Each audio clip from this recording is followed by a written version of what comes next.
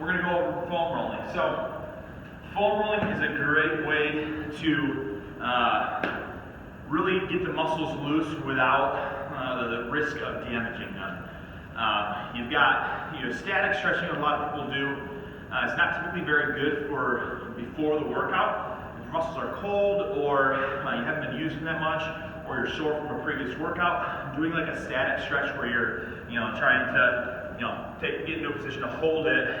Sometimes that can put too much stress on the muscle tissue, and it's not as good for the kind of preparing the body for work. So foam rolling is a great way to do it. We'll go over this, and then we'll also go over some stretching that you can do, a little more dynamic stretching. If you don't have a foam roller, I recommend going and get them. You can get them on Amazon for I think like $13 or something. I'll provide a link for you to check that out too. So this is just an 18-inch foam roller.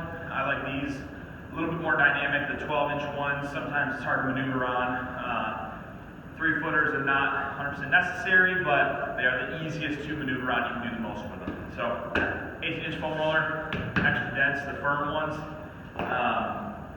Most people to start, what they don't realize is that their main issue is their quads. Tight quads causes your pelvis to tilt, and actually can cause your hamstrings to be lengthened, and so you feel like your hamstrings are tight. So to start, we're going to start foam rolling our quads.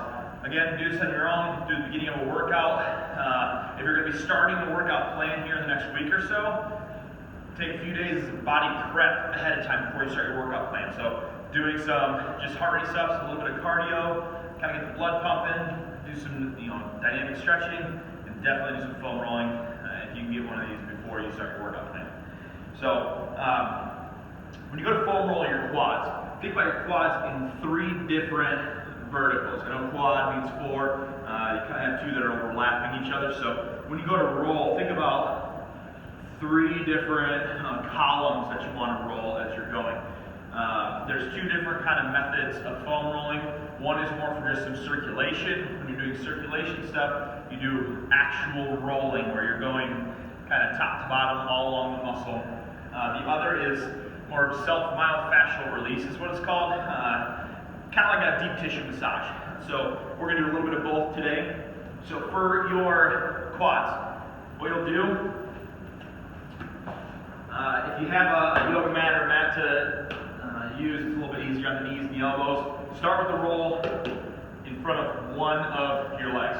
So when it's here, I'm actually going to go away from you so you can kind of see.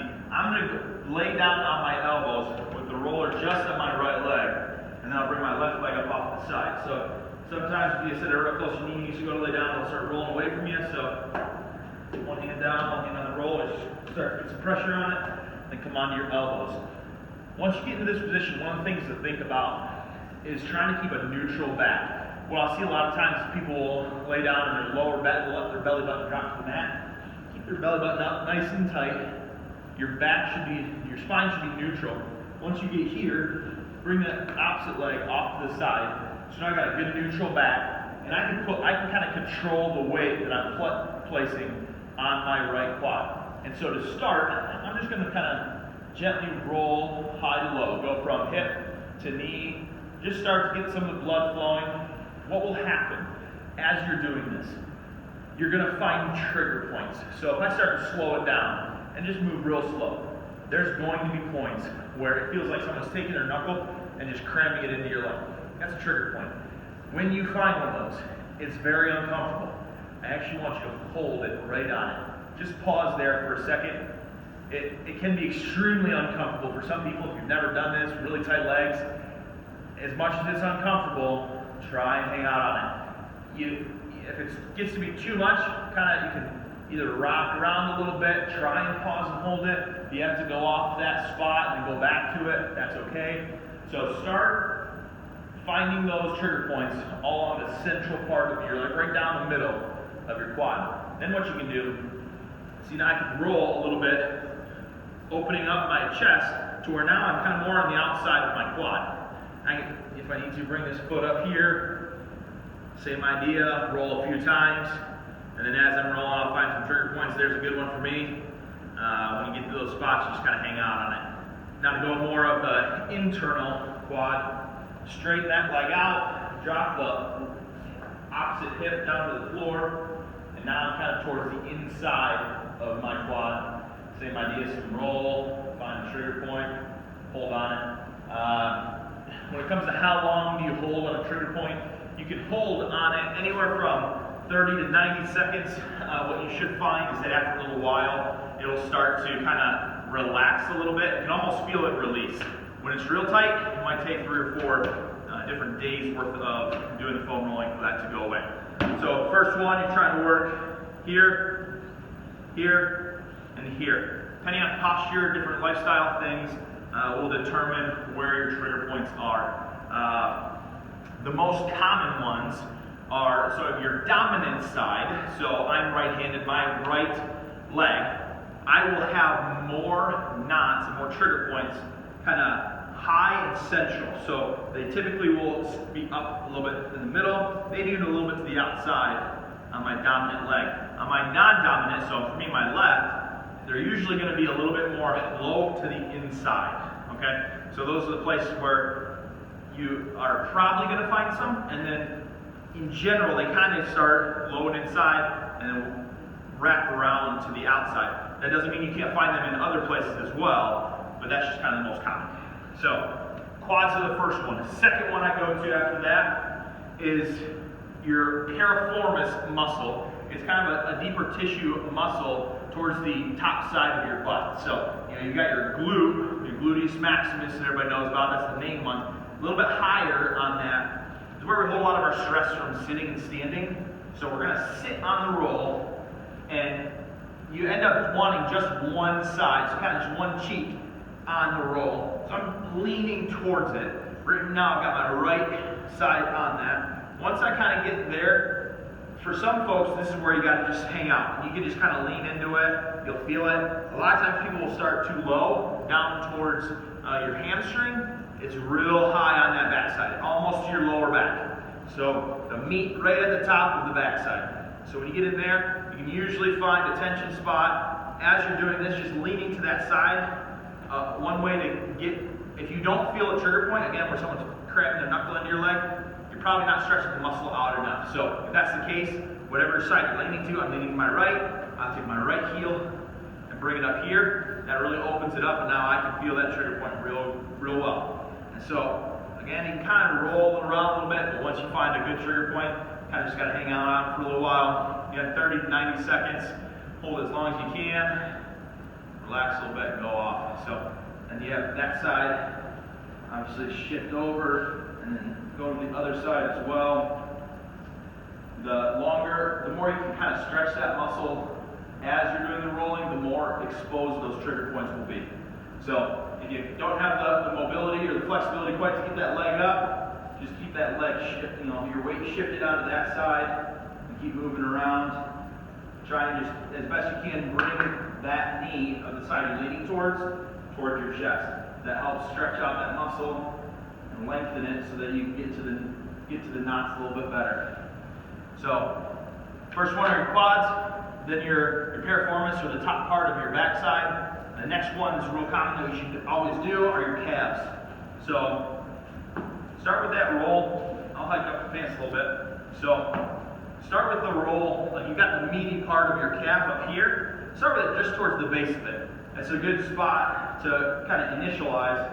And what you can do, you got your other foot on the ground over here, and you can pick your hips up off the ground and start to roll. As you do that, again, you should probably find some trigger points through that. Calves are a real common place to get very tight, so tight that you almost don't even feel trigger points at first. So, some people that's all it takes, just a little bit of pressure there. If you can't feel it, cross the legs like so. It takes a little bit of upper body strength. Sometimes you can just apply pressure. I don't even have to pick up my hips, and you can feel it in the calf. If you want the full effect, pick up the hips and kind of do some rolling again. Find the trigger point like right there.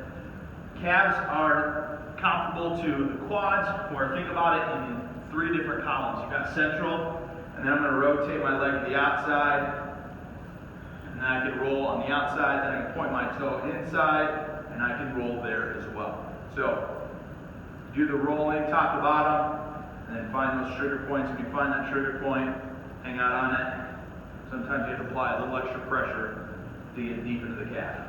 Helps loosen it up. Okay, so you got your quads, piriformis, calves. Those are the three main ones for your legs. Some people like to come up to those hamstrings and just do the rolling here. You can do that as well.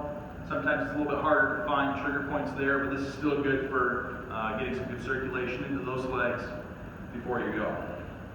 Okay, so next one that is usually a crowd favorite because it actually feels good. The rest of them can be pretty uncomfortable as you do this.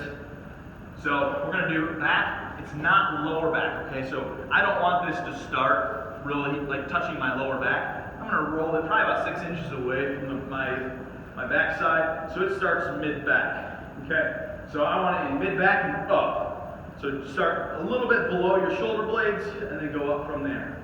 Common mistake with this one. I'll see a lot of people, they'll get this roller behind them and then they'll just arch their back way over and try and think that that's a good stretch.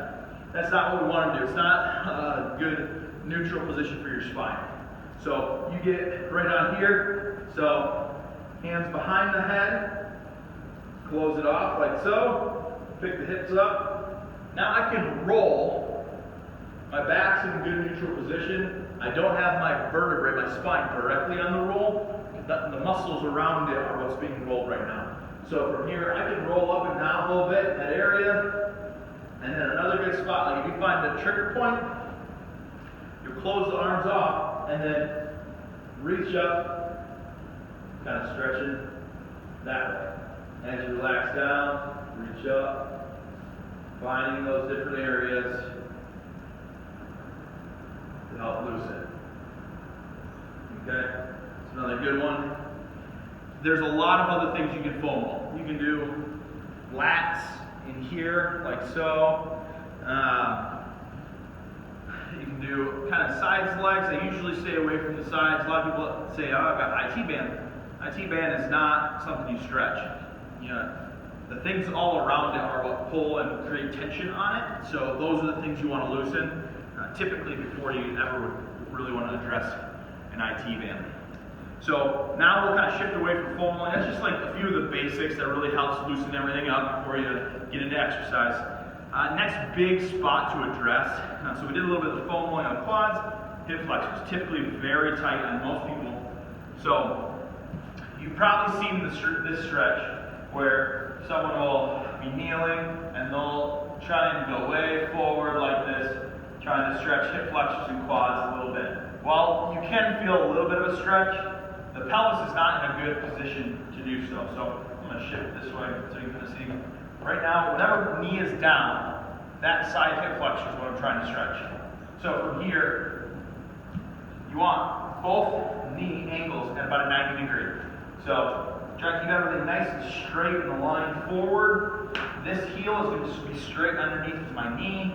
And so the first thing I want to do before I go forward is actually tuck my tailbone under. So if I had a belt buckle, I'm trying to scoop my scoop that buckle up towards my belly button.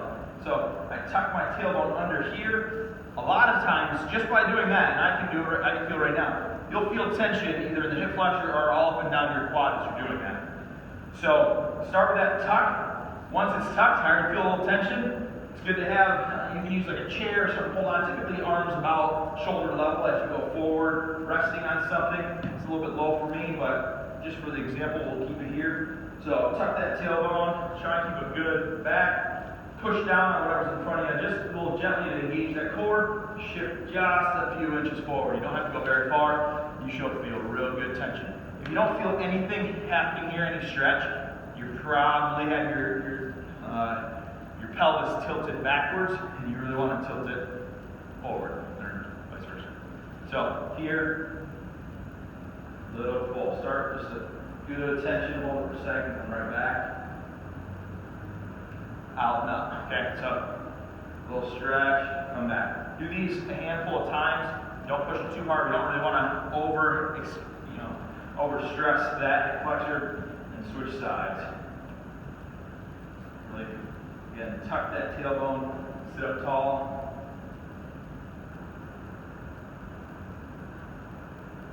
Good stretch of those hip flexors. Okay, so we've addressed a lot of the main points there. We'll do a couple of extra, my most common dynamic stretches, get the body loosened up a little bit more. For hamstrings, again, a lot of people will do this straight down, trying to stretch out as far as you can. As you're easing into workout, try and do things a little more dynamic where you stretch but come right back off and you're not holding it. So one of my favorites is one foot in front of the other. So here, both hands down like you're trying to split the difference of that toe. As I do this leg stays straight. Actually feel good tension on the leg with the toe pointed up. Straight down, stand up. Try and keep your spine as neutral as possible. So in other words, as you're going down, there shouldn't be this big rounding of your back. If you keep a good neutral spine here, a lot of times you'll feel the stretch right there. You don't even have to go that far down. The idea is not to touch the floor here. The idea is to get a good warm up and stretch. So, good. Loosening up of those hamstrings.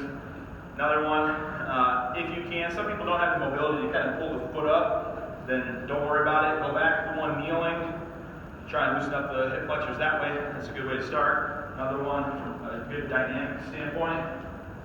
Whatever side you're pulling, that same side arm kind of pulls up. Make sure your opposite arm, you're trying to reach to the sky. So it may take a little bit of balance. If you don't have the balance to do so, bring this arm over and do one side at a time. Still reach up, but you have the wall for balance. What that does, you keep this all stretched and open, now your body's in a better position. Versus if you're leaning over here, no stretch. My pelvis is not in a position to help it stretch. So you want to open up and reach to the sky. Just like that. Good way to kind of loosen up the groin, nice wide stance as you're doing this. I'm trying to drop and set my hips backwards. Some people will kind of go forward like that. I want to drop my hips back as I go side to side, and I feel a good stretch on the inside of my leg as I do this.